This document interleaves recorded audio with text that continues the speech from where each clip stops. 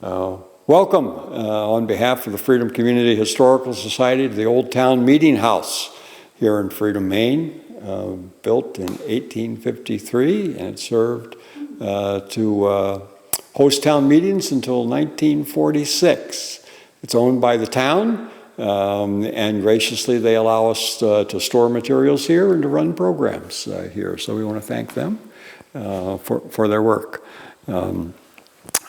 I want to thank folks for being here today in this facility. If you weren't in town yesterday, on Saturday, we had Freedom Field Day, very well attended. We had an antique car show. We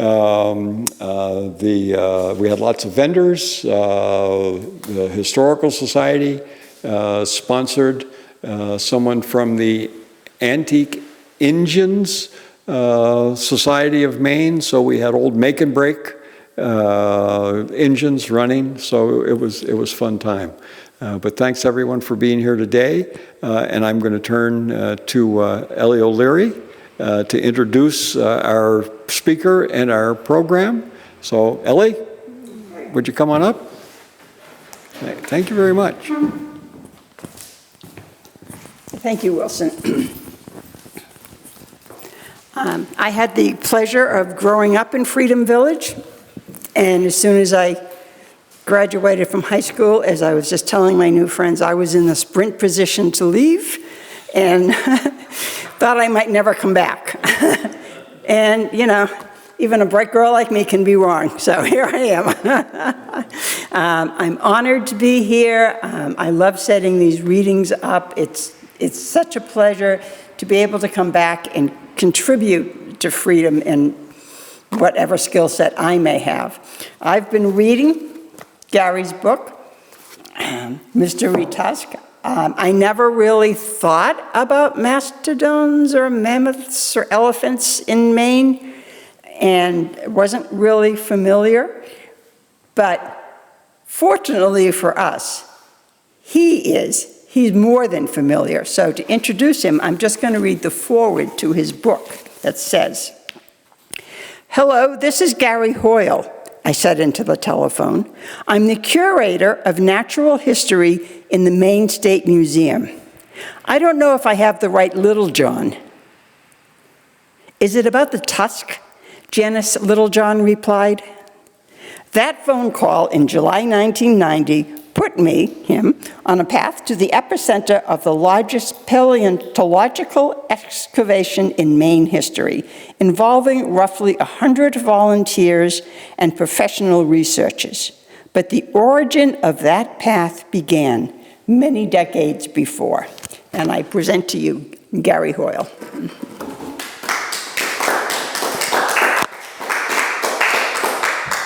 Let me just hand this to you, sir. Sure.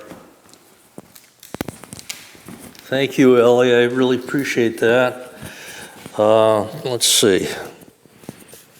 How do I do this? You need some help with something. I think I can.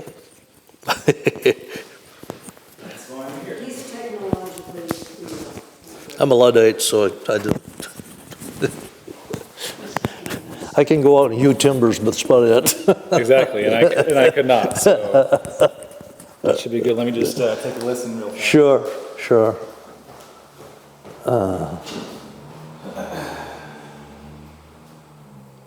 Say something?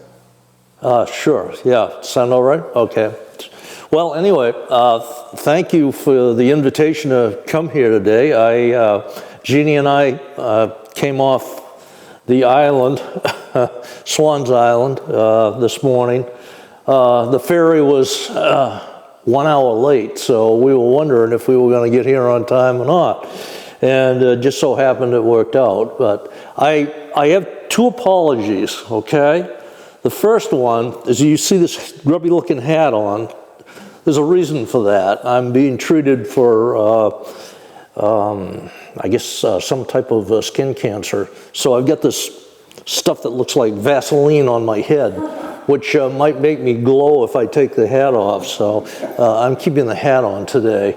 Also, what I also wanted to tell you is my hearing aids broke just before I came here.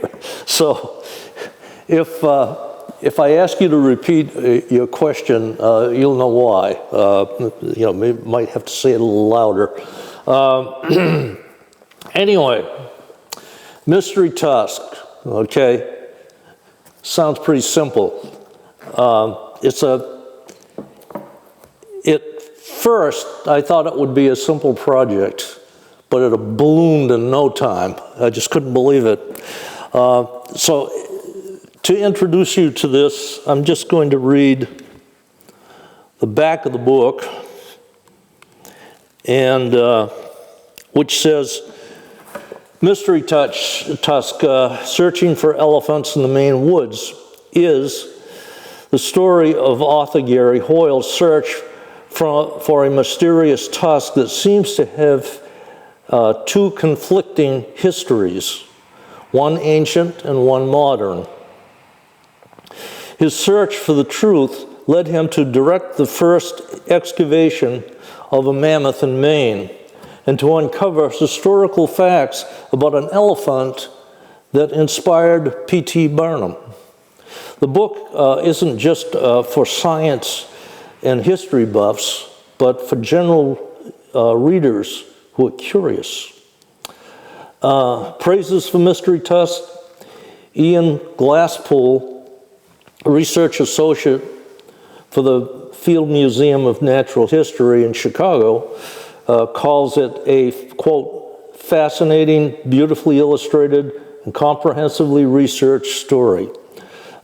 Stephen Quinn, exhibition associate at the American Museum of Natural History, calls the book, quote, one that the reader will find difficult to put down, end quote.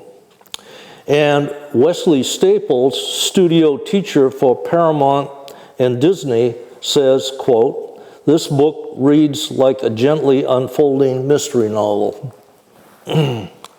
So, as I was telling Ellie, it looked like a simple project until I started really examining it closely, and it ballooned into something that was far larger than I expected. Let me read just a little portion of the book here. In 1989, just as I finished a display case of realistic artificial plants for the Maine State Museum's exhibit hall, 12,000 Years in Maine, the curator of that hall, our chief archaeologist, Bruce Bork, told me that he needed some large Ice Age fossils for an introductory exhibit. Now, we were looking for Maine material, which is difficult to find in Maine. There's not a lot of large Ice Age things. Fortunately, we had located some walrus skulls, with some bones of seals, bones of whales, other creatures. These have been found in the clays.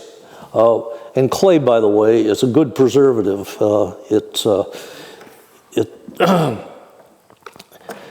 As opposed to gravels and typical soils in Maine, which are quite acidic and destroy bones in a matter of hundreds of years.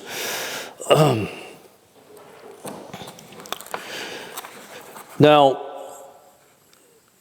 in 1989, as I say, I got curious about something that a friend of mine at the Maine Geological Survey was telling me. He was telling me about a few things that had been found in the clay pits, and then he said, you know, there's a tusk.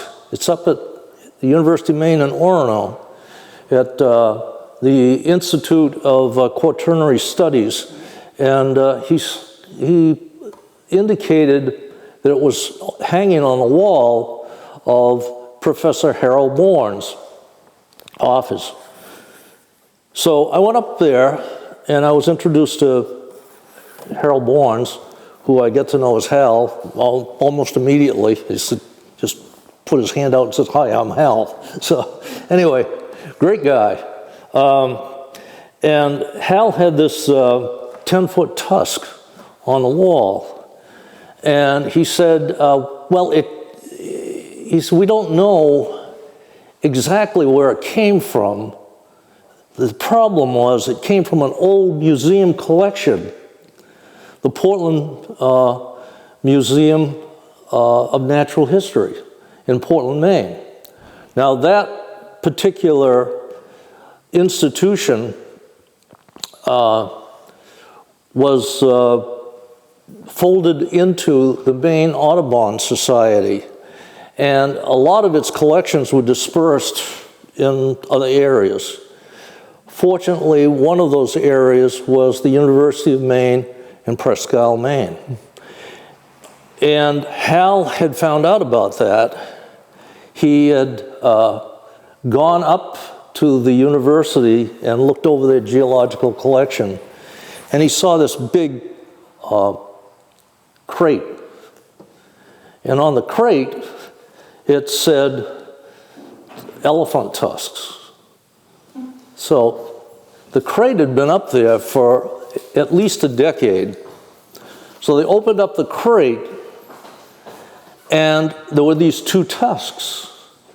One was small and broken in two, and the other one was a very large 10-foot mammoth tusk, mammoth tusk. The question was, which one came from Maine?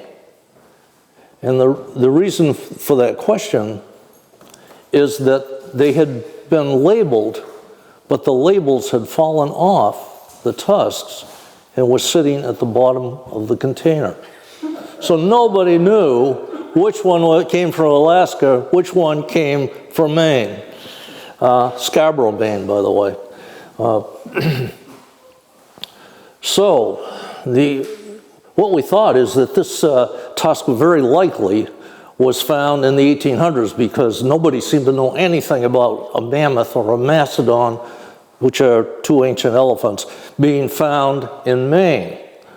And so we decided that maybe we should get in touch with a newspaper reporter who's had some interest in Maine history. So we got in touch with Herb Adams down in Portland. He takes pride in the history of Portland.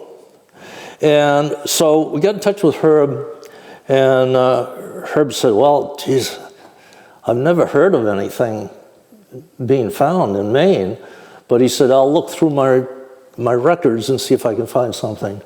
Sure enough, Herb found a little snippet of information that said something about two fellows digging up a mastodon tusk in 1959 I believe it was September of 1st.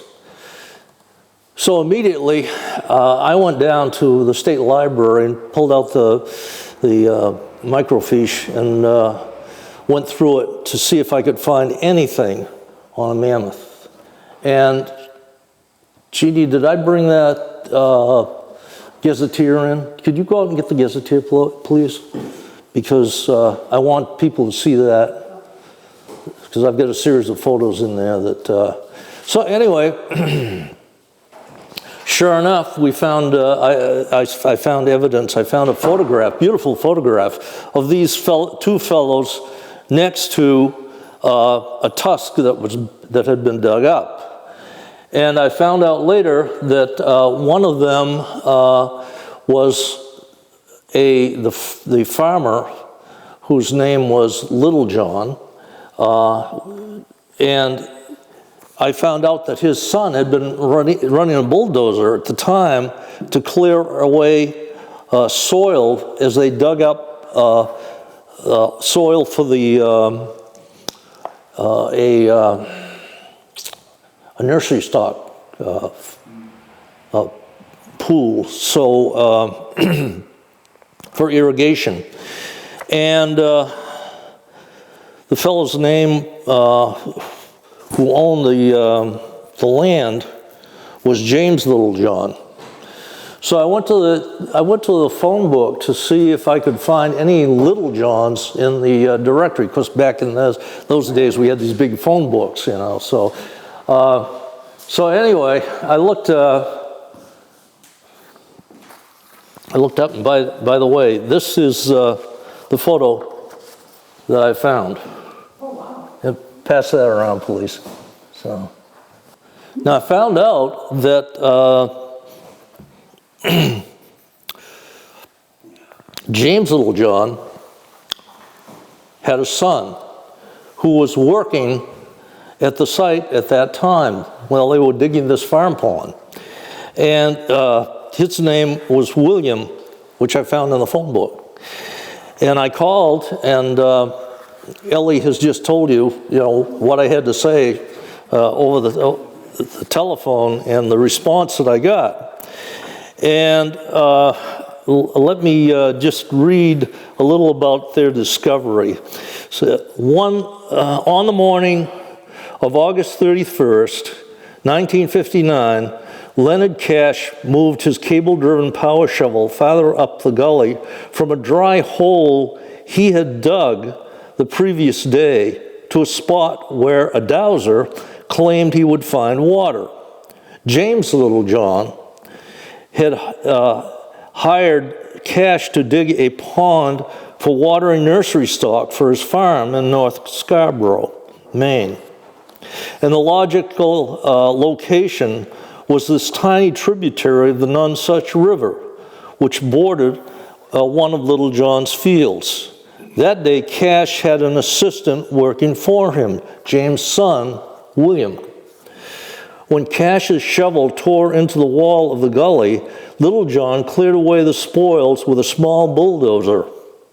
Cash quickly dug through layers of sand, but about 3 feet down, a mass of dense brown clay hindered his progress. Each raking of the shovel's teeth brought up only crumbs in the bucket, until he cut through and sliced into a plastic gray clay that easily peeled away in layers. As the shovel lifted one of the layers, Cash saw a half-moon trough impressed in the clay hanging from his bucket. A flash of white in the hole made him stop the machine. How could a root be that deep in the clay? As he jumped off his power shovel, Littlejohn ran to his side. They slid across the clay and stopped at a tubular object. It wasn't a root. Lying with half its profile exposed above a veneer of sand, a 6-foot ivory tusk glistened in the sunlight.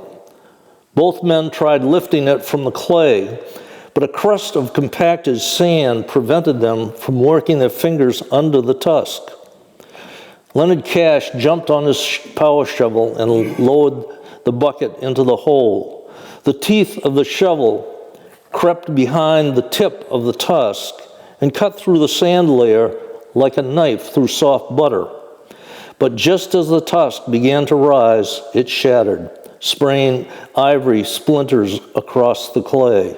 Over a foot of the ivory tip broke away. Fearing more damage if they continued, work halted. William Littlejohn called Emma Downs, a local reporter, who in turn called the Portland Museum of Natural History. In a short time, Christopher Packard, the Portland Museum's director, arrived at the site. This started a whole slurry of things that happened, and they ended up doing an examination, doing a dig actually, to see if they could find more of the bones, which they didn't, and all of a sudden things stopped. When I first spoke to William Littlejohn by phone, I was amazed at the details that he could recall about the Tusk's discovery. However, to be objective, I had I needed to corroborate his story with others. And so I did interviews with a number of other people that had been there at that time.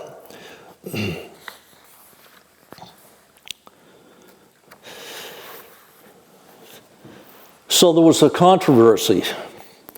And here's what the controversy was kind of going on here. I hoped, first of all, to do radiocarbon analysis on something is expensive. It's not cheap. So we had to have money to do this sort of thing. And at the museum, I had relied on Bruce Bork for that analysis because Bruce had money for other archaeological investigations that he was doing. And so I'll continue here. I hoped the radiocarbon analysis would prove our elephant ancient and silence a rumor that surfaced shortly after the Tusk's discovery, claiming that it was a modern elephant. Some people who had been at the Scarborough site in 1959 remained convinced that the tusk was less than 150 years old. But they couldn't give me a good reason as to why. Even some of the geologists believed it.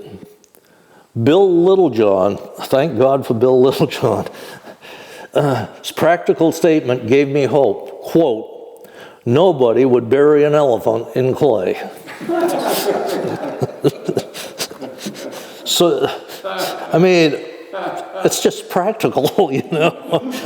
Here all these geologists are talking about all these different things, but yeah, in technicalities, but when it comes to practical terms, it just didn't work. So what happens to me, I get this project, and I don't know anything about digging up an elephant. So I have to gain experience.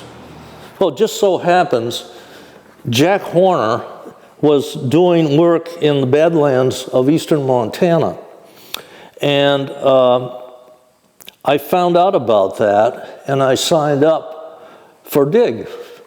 So I spent 2 weeks in the Glendive, Montana, scouring the land for dinosaur bones. And we did find some things. And during an afternoon, it was a morning discussion actually that was going on that the DIG supervisor was giving. This little fellow ended up crawling up on my index finger, and he sat there for 20 minutes while the talk was going on. So, wonderful experiences out there, it really was. Also, we found a lot of bone fragments of dinosaurs. I don't know if you can see this or not, but that's a sketch that I did while I was out there.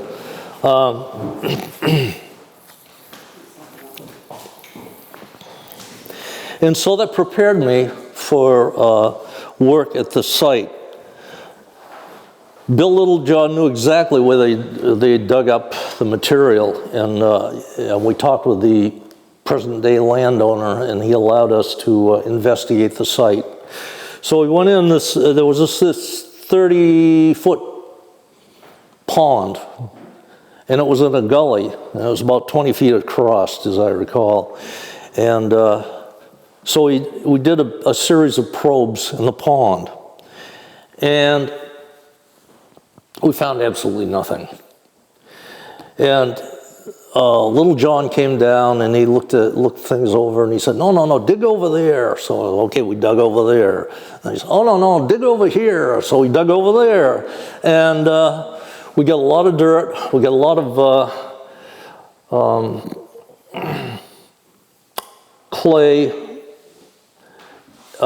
sand, and finally, I said, well, look, before we do any more digging, because the geologists that were working with us wanted what is known as a stratigraphy, which is a cross-section of soil so that they can get a better understanding of what happened in the various layers of sediment.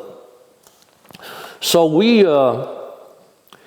I had a shovel operator working with me, and I said, okay, why don't you get in? He wanted to dig that trench so that the geologist would get a better understanding. And I said, well, before you dig that trench, there's a whole pile of waste rock, waste soil up here. So move that spoils pile to the other side of the lot so we can sift that out later and see if there's any fragments in there. So he did that, and I left the site for the afternoon. When I came back to the site that next morning, people were hollering to me. It says, "Bone, bone! We found bone!" And sure enough, by moving that waste pile, pieces of bone began to tumble out of the shovel. And so we knew that within, what had happened is the initial digging of the pond, they dug right through parts of the mammoth. So instead of setting the spoils to one side and working with it later on, we immediately got into working on the spoils pile. And so we found several hundred fragments that summer, or that fall. It was the fall of the year that we were working at the time. And we had to put things to bed because winter was coming on. So we actually moved the spoils, the available spoils, to a location over around Augusta. It was actually Manchester. And from there, we sifted the pile to see what we could get out of that. And we ended up with several hundred bone fragments. And while we were doing it, we found that, which the fellow in the background actually found it. And that's me holding a 7.5 pound mammoth tooth. And fortunately, we were able to locate one other mammoth tooth too. So we now knew that our elephant was not a modern elephant. It was an ancient elephant, and we now knew that it was a mammoth and not a mastodon. Mastodon teeth look somewhat like human molars. The mammoth tooth is more like a grindstone, a millstone.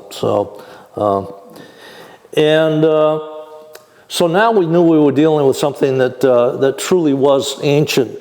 We also were able to send off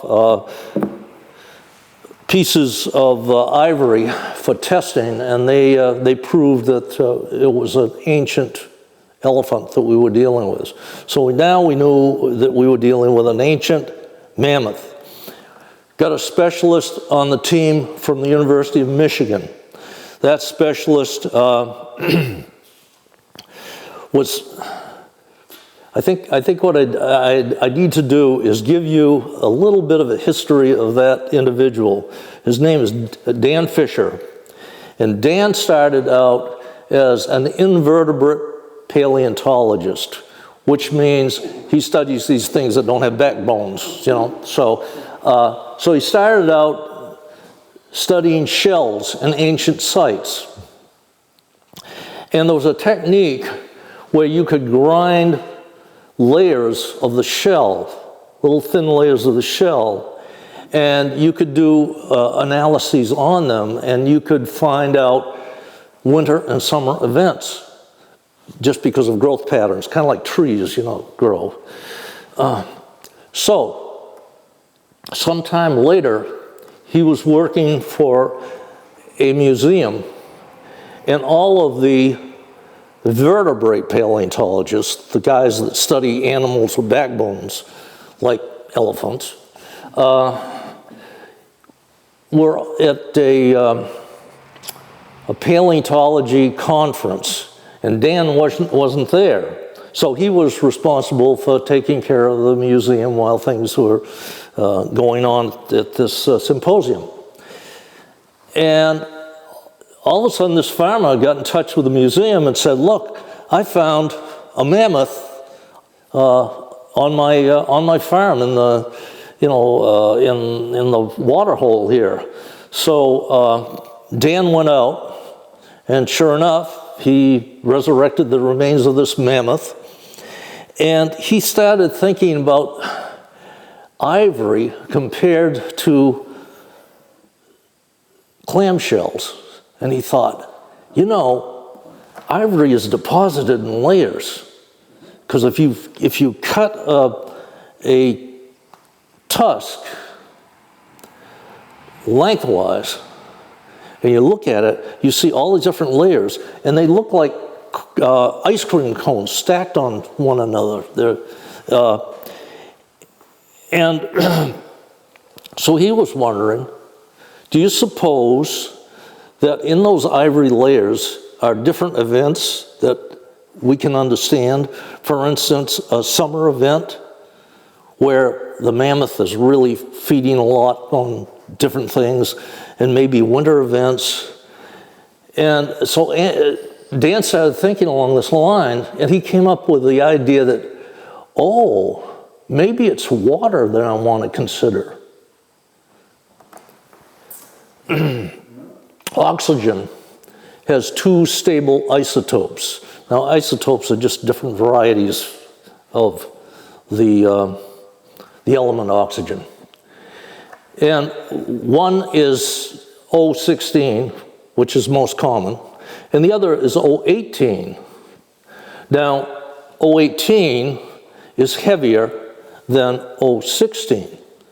So, Dan reasoned, okay, these animals live fairly close to the glacier out on the grasslands, and in the summertime, the glacier is melting away and water's churning, so when they drink this stuff in, this water, there should be a high mix of O18 and O16.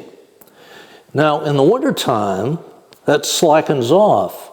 So when the elephant comes to drink, he should be consuming more O16 than he would in the summertime, simply because the O18 is heavier and goes deeper into the stream bed. So he analyzed the tusks, and sure enough, that's exactly what he found. So he was able to find seasonal events that took place. And so from that, fortunately, we were able to determine that our female mammoth that we found, this was a female because her tusk was the size for a female, that this female mammoth that we found actually died in late winter. And other things that we can find which did not occur is that since it was a female, they can determine the number of pregnancies that she had in her lifetime. She died at the age of 36. That could be determined by the various layers in the ivory.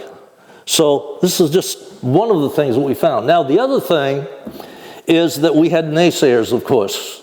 I mean, you know, I really live by the thing that no good deed goes unpunished, you know. So we had naysayers, and they said, no, this is a modern elephant.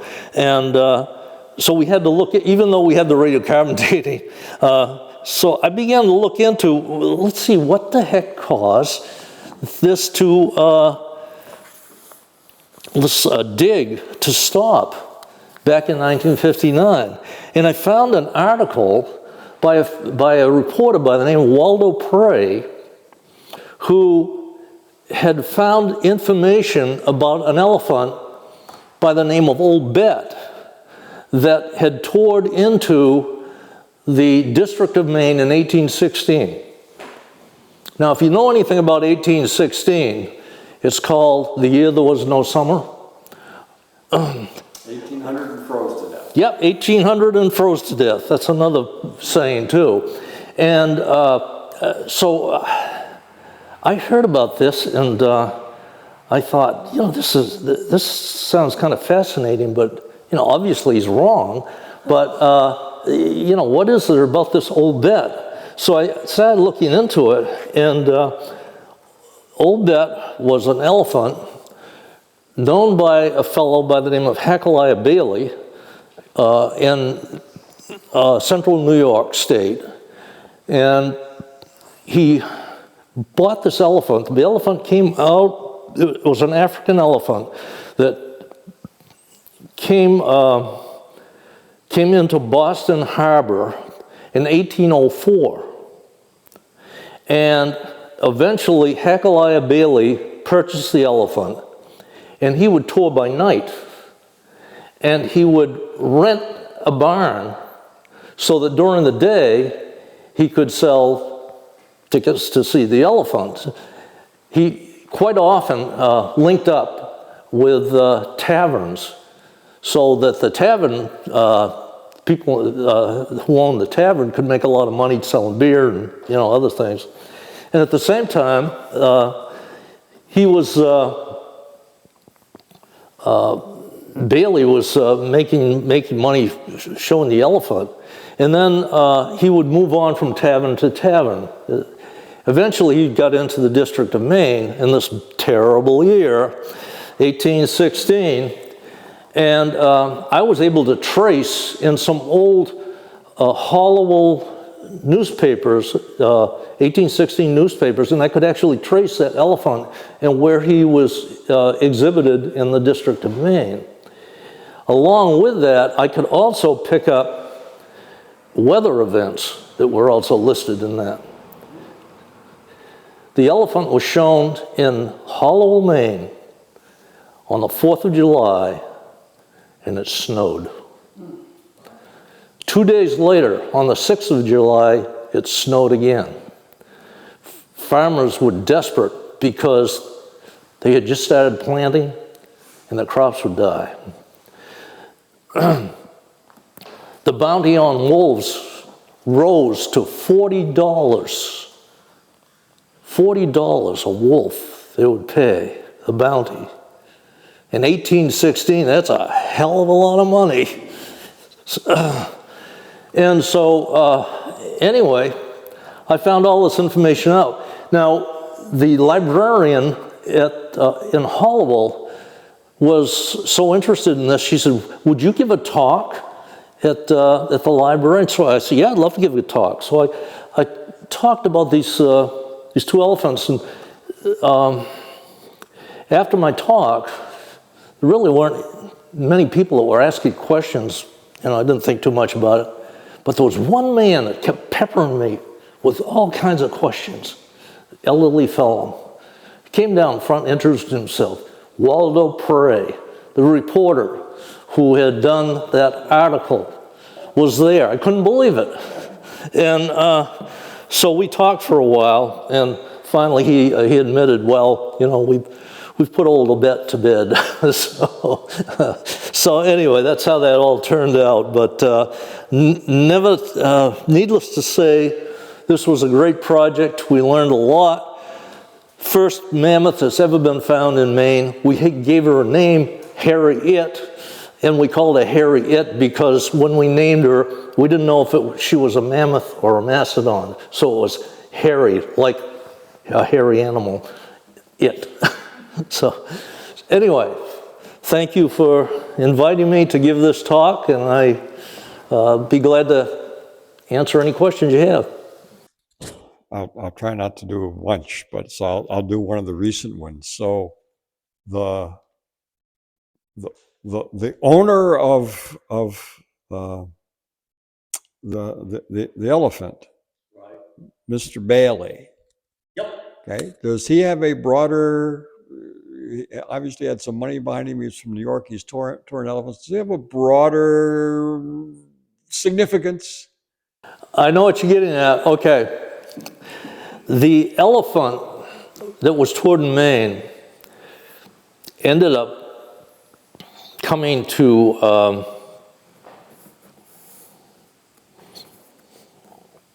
what do I want to say? The town Alfred, Maine. Okay. A fellow by the name of Daniel Davis wanted to see the elephant. And so they were showing the elephant, and you paid to go in to see the elephant. Well, Davis came in to see this elephant, and you could buy a ginger biscuit, and you'd put it in your pocket, and the elephant would fish around to get the biscuit. Well, Daniel decided, maybe because he didn't have much money at all, he was in pretty poor shape there for a while. He decided he was going to feed the elephant tobacco. Now, the elephant had experienced tobacco in Portland, Maine. I've forgotten exactly it's in the book. I just can't remember where he was toured at the time. But anyway, he had experienced this tobacco, and he reacted violently to it. And there was a concern that the elephant could actually kill the guy. So anyway, they got after Daniel Davis, and they threw him out of the show barn. He got upset. So that night, when they were touring the elephant, they were going to take it down to North Berwick. He stayed in the bushes as they were traveling by, and he used his musket and shot the elephant. So the elephant died right there. But that wasn't the end of the story of Old Bet, okay? Because what happened is that they skun out the elephant, they cleaned the bones, and they shipped them to New York, where Hacaliah Bailey had a taxidermist stuff the elephant. The bones were then put together into a skeleton. So on one part of the city, he was exhibiting the elephant stuffed. On the other side of the city, he was exhibiting the skeleton. So he was still making money off this elephant, even though it was dead. So he was making enough money to buy more elephants so he could bring elephants into North America. So now,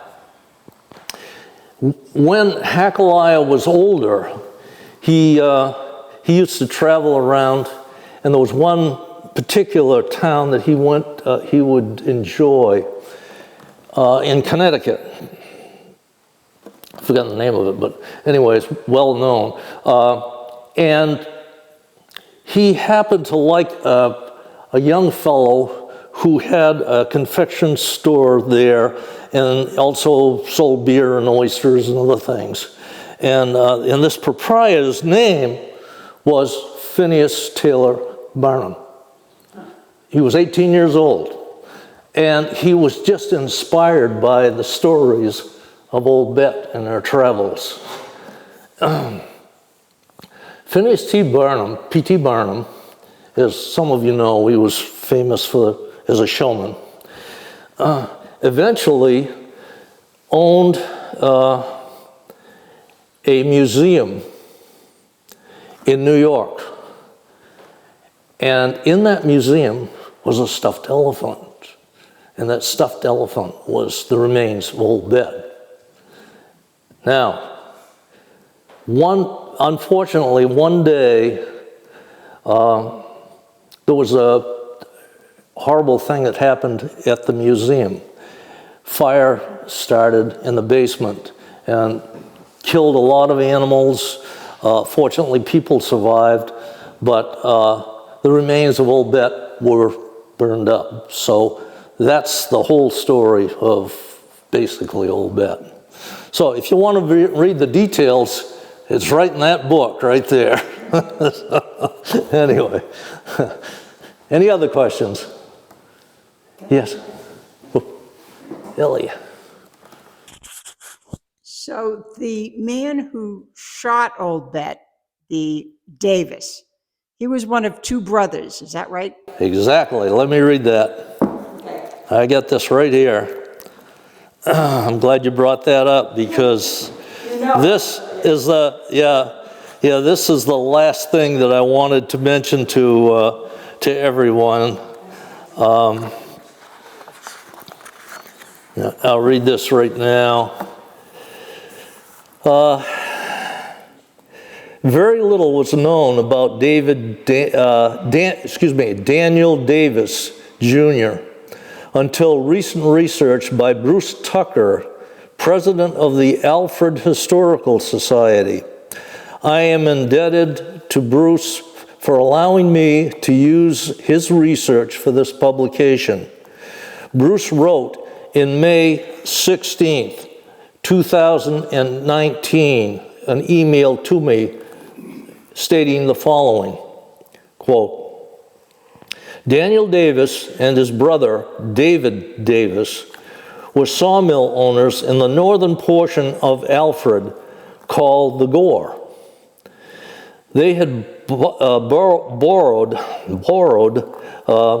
considerable money to expand their milling interests, but their plans were sunk by the embargo in the War of 1812.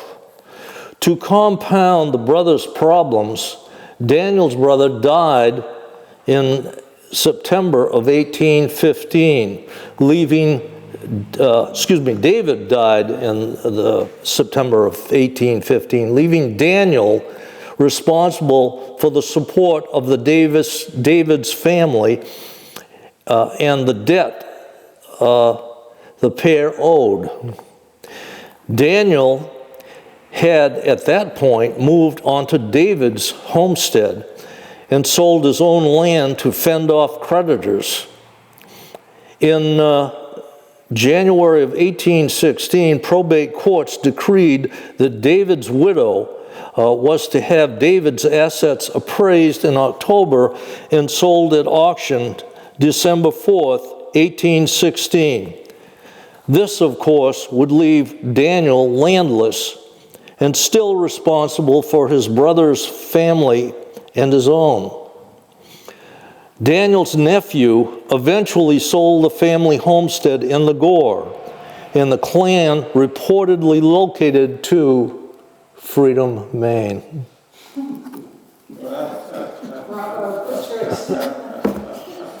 Thank you. Any other questions? Okay, thank you very much for allowing me to talk about Old Bet and Harriet.